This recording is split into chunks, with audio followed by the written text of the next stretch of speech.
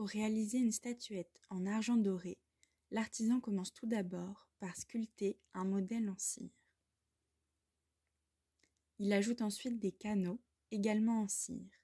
Le plus grand est un jet de coulée, tandis que les plus petits sont appelés des évents. Il entoure ensuite ce modèle en cire dans de la terre réfractaire, qui permettra de créer le moule de la statuette.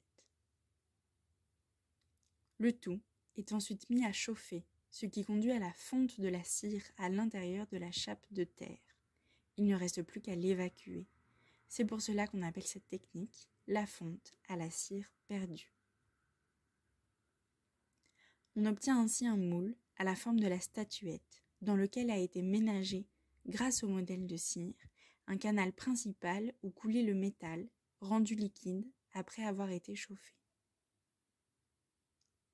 Les plus petits canaux permettent d'évacuer les gaz générés au moment de la coulée pour éviter une explosion.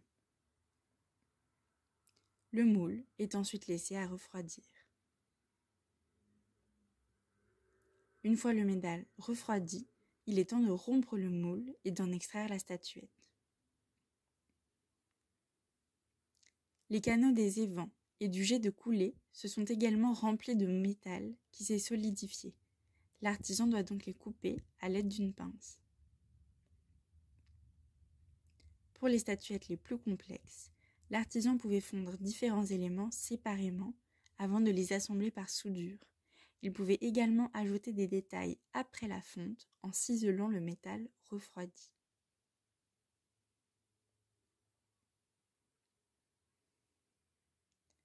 Une fois la statuette achevée et refroidie, l'artisan applique des feuilles d'or à la surface de l'œuvre avant de les marteler délicatement. La statuette est finalement chauffée pour que l'or adhère durablement à l'argent.